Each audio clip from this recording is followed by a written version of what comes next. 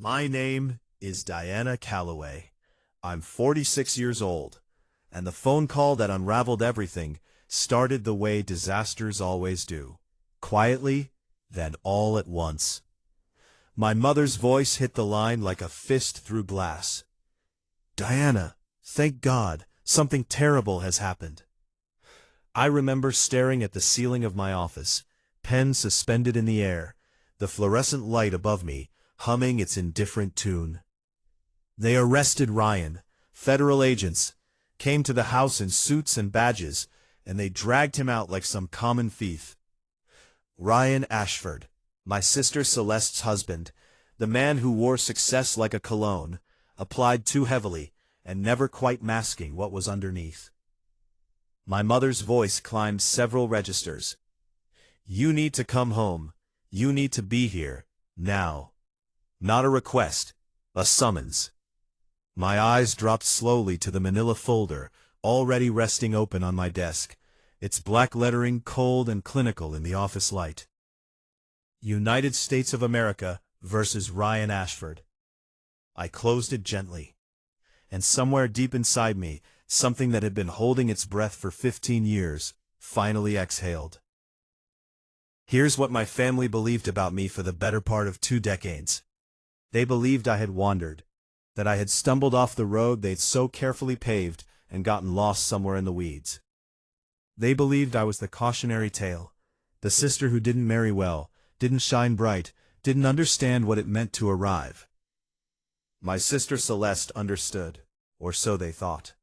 Celeste married Ryan Ashford at 27, white dress, string quartet, a venue overlooking the Connecticut shoreline. Ryan came with a real estate portfolio, a family name that meant something in certain circles, and a smile so practiced it looked almost real. Together they built the kind of life that photographs beautifully. Charity galas, Mediterranean cruises, a house with 4 bedrooms no one slept in. My mother loved Celeste's life the way some people love expensive art. Not because they understand it, but because it signals something. She kept that life on the wall of her identity and pointed at it during family dinners. And me? I was the blank space where a picture should have been.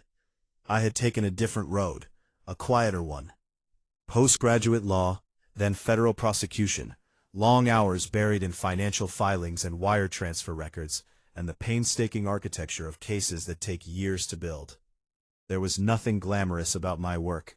No crystal chandeliers, no charity luncheons, just truth, assembled slowly, brick by brick, in rooms that smelled of old coffee and paper. But my family didn't know any of that, not really. To them I worked for the government, and they said it the way you might describe a distant relative who joined a cult. Vaguely embarrassing, barely worth explaining to guests. I remember a Thanksgiving, Ryan, 3 glasses of Bordeaux deep, leaning across the table toward me, with that grin. So, Diana, still shuffling paperwork for Uncle Sam? The table laughed. Celeste pressed her lips together, but her eyes were bright with amusement. My mother offered the softest possible betrayal. Don't tease her, Ryan. Public service is admirable. In its own way. In its own way. That qualifier. A door held open just enough to let in a draft. Ryan winked. Someone's got to keep the filing cabinets warm. I had smiled, said nothing, picked up my fork. Learned, again, to make myself small in rooms that should have held me. I told myself the same thing I always told myself on the drive home. One day, the truth will be louder than I ever needed to be. 2 days after my mother's call, I drove to Hartford. The cafe she chose was the kind of place where the espresso is always slightly burned, and the tables are too close together. Mom was already seated when I arrived. Pearls on, blazer pressed, her posture rigid as a courthouse column. Celeste sat beside her, oversized sunglasses, masking what I already knew were swollen, exhausted eyes. They're making an example of him, my mother announced before I'd even settled into my chair. That's all this is, some overzealous prosecutor with political ambitions and a grudge against successful men. Celeste turned her coffee cup in slow circles. He trusted the wrong people. You have to understand that. He was betrayed. I ordered black coffee. I said nothing. Mom's gaze found me with the precision of a scalpel. "You're very calm, Diana. Doesn't this upset you at all?" "I'm listening," I said. "His attorney says the lead prosecutor is ruthless," Celeste continued. "Absolutely heartless. Does she have any idea what she's doing to this family? To our children?" I thought about children then. Not theirs.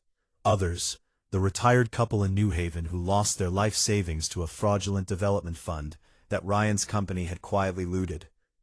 The family in Bridgeport that had invested their kids' college money based on falsified property valuations.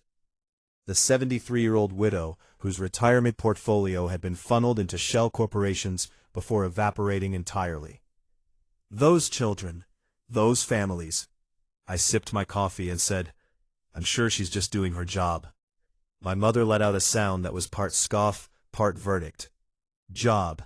That word. You government types hide behind it like a shield. Nobody in those offices has a soul, Diana. You're all the same, cogs in a machine that grinds up real people. The sting was familiar, but it landed differently now. There was a time that comment would have crawled under my skin and lived there for weeks. Now I watched it pass like weather. Mom pushed back her chair. "We should go. We need to present a united front at the hearing." She looked at me, chin lifted. "You're coming, of course." "Yes," I said, standing and collecting my bag. "Of course I'm coming." She and Celeste walked ahead, arm in arm, my mother's heels clicking a rhythm on the pavement. I followed a half-step behind. They assumed they knew why I was there. They were wrong about nearly everything. The federal courthouse had the gravity of a place that has witnessed many human reckonings. High marble ceilings, the great seal behind the bench, benches worn smooth by years of waiting and judgment. Mom and Celeste took seats in the first row of the gallery, front and center, the dignified family, there to support their man. Celeste clutched a handkerchief. My mother's chin was set at an angle that communicated both suffering and defiance. They didn't watch me come in. They never really watched me. I walked past the gallery railing without pausing, set my briefcase on the prosecution's table, smoothed the lapel of my navy blazer, and exchanged a nod with my co-counsel. "Ready?" he asked quietly. "More than," I said. I didn't look back, but I could feel the exact moment they noticed, the sudden charge in the air behind me like a storm front arriving. Ryan's defense attorney, a man named Callahan who charged $400 an hour and wore it visibly, spotted me and went still. "Miss Calloway," he said, something between a question and a warning. "Counselor," I replied. Ryan was brought in moments later. Orange jumpsuit, wrists restrained.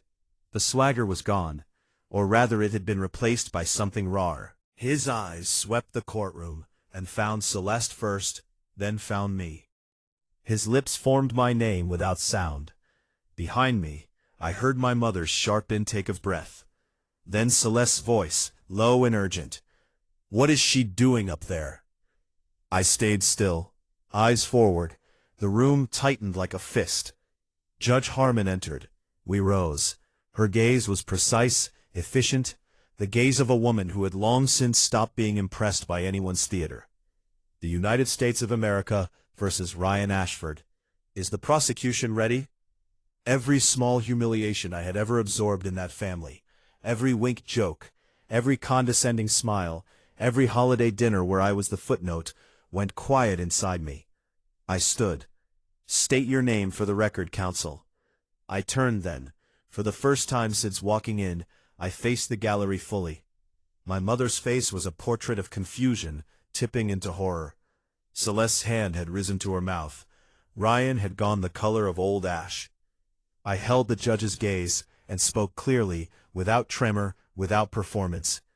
"Diana Calloway, Assistant United States Attorney, appearing for the government, Your Honor." The silence that followed was not the absence of sound. It was the presence of something irreversible. Celeste made a sound like a fractured note. My mother sat absolutely rigid, pearl necklace gripped in both hands, knuckles pale. Ryan stared at me the way men stare when the ground drops beneath them, and there is nothing left to hold. The man who had once told me the filing cabinets needed warming was sitting in chains, watching the woman he'd dismissed hold the document that would determine the rest of his life. Judge Harmon nodded once. "Proceed, Miss Calloway." I opened the file. What followed was not theatrical, it was methodical, which is far more devastating. Shell corporations registered in 3 states. Property appraisals, inflated by factors ranging from 40 to 200%. Wire transfers routed through holding companies that dissolved within months of their formation. Investor funds redirected to private accounts, used to finance private jets, vacation properties, and a lifestyle calibrated entirely around performance rather than substance. 47 victims, $11 million, 6 years of accumulated fraud, laid out page by page, fact by fact, with the kind of quiet precision that leaves no room for theater or counter-narrative. Callahan objected twice. Both times, overruled. Behind me, I heard Celeste crying in the way that people cry when they're finally confronting something they'd chosen not to see. When Judge Harmon denied bail, flight risk, substantial means, strong incentive to flee, Ryan's remaining composure simply left him. He sagged in his chair. Callahan gathered papers, with the deliberate movement of a man recalibrating his expectations. I packed my briefcase without rushing. Every document returned to its place with care. They were waiting at the gate when I walked out. Mom stood perfectly straight, but something in her framework had cracked. Celeste was held together almost entirely by my mother's arm around her shoulders. Mascara traced down both cheeks. "Diana." My mother's voice was nothing like the one that had commanded me home 4 days ago. It was frayed, almost small. "Why didn't you tell us?" And there it was. Not "how could you prosecute him?" Not "don't you care about our family?" But "why didn't we know who you were?" They weren't grieving Ryan's guilt. They were grieving the story they told themselves about me. The comfortable, condescending story that had required my silence and my smallness to function. I stepped closer. "When would I have told you?" I asked. My voice was even. I wasn't angry. I was past anger. I was in the place that comes after. At Thanksgiving, while Ryan was explaining that someone needs to keep the filing cabinets warm. At every dinner where my work was the punchline and Celeste's handbags were the headline. Celeste flinched. Her breath came in uneven pulls. "You told me who I was before I had the chance to tell you. You built that story about me and you lived in it comfortably for 15 years because it made your choices feel more significant." I paused, but I was never your cautionary tale. I was building something, quietly, in rooms you never bothered to visit. My mother opened her mouth, closed it. "You called that prosecutor heartless," I said to Celeste. "Did you ever sit with the idea that your husband drained the retirement savings of a 73-year-old woman so you could take a vacation you posted on Instagram?" Her head dropped. I looked at my mother. My work isn't dusty. It isn't trivial. It is the thing that stands between the people Ryan Ashford spent 6 years stealing from and the men who thought charm and a nice suit made them untouchable. "That's not a filing cabinet. That's a calling." She said nothing. For perhaps the first time in my adult life, she had nothing to add. I leaned in one final time, voice low and deliberate. "The shame in this family should never have been attached to my job. It should have been attached to the fact that none of you ever bothered to ask about it." I walked, heels on marble, my briefcase in hand, the great seal watching from above. Behind me, silence followed me out like a second shadow. That was 7 months ago. Ryan is serving a 6-year sentence. His properties have been liquidated. A portion of the recovered funds has been distributed to victims. Not nearly enough, but a beginning. Celeste has moved back home with my mother. The Instagram account went quiet around month 2. I've heard, secondhand, that she's taken a part-time bookkeeping job at a local firm. I hope it's teaching her something about what numbers actually mean. My mother texts on holidays now. Short messages, stripped of the editorializing she used to pack into every sentence. "Happy Thanksgiving. Hope you're well." 4 words. No footnotes. My father called last month, an event rare enough that I almost didn't recognize his number. He said he was proud of me. I thanked him. There was a silence, not uncomfortable. Then we said goodbye. I don't need their approval anymore. I'm not sure I ever did. I just confuse needing it with having been told I should need it. Those are very different things. What I know now, having stood in that courtroom and spoken my name into the official record, while the people who underestimated me sat 3 rows back and finally saw, the power was never in their validation. It was in what I'd built while they were laughing. Every year of late nights, every dense financial filing I worked through until 2 in the morning, every case I carried home in my chest when it weighed too much to leave at the office, none of it was diminished by their jokes. It was only hidden from people who couldn't see past the surface of things. And that was never my limitation. It was theirs. If you have been measured by people who only understand glitter, let them measure. If you've been handed a role in someone else's story that doesn't resemble who you actually are, you are not obligated to perform it. The truth of what you're building doesn't require their acknowledgement to be real. You don't have to announce yourself. You don't have to argue your worth at dinner tables where the verdict is already written. You only have to keep building, quietly, precisely, without apology, until the day comes when the room goes silent, and the truth does the speaking for you. And it will. It always does. If this story moved something in you, I want to hear about it. Have you ever been placed in a box that didn't fit, and lived to walk out of it?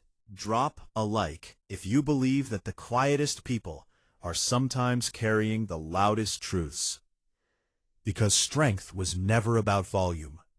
It was always about what you built when no one was watching.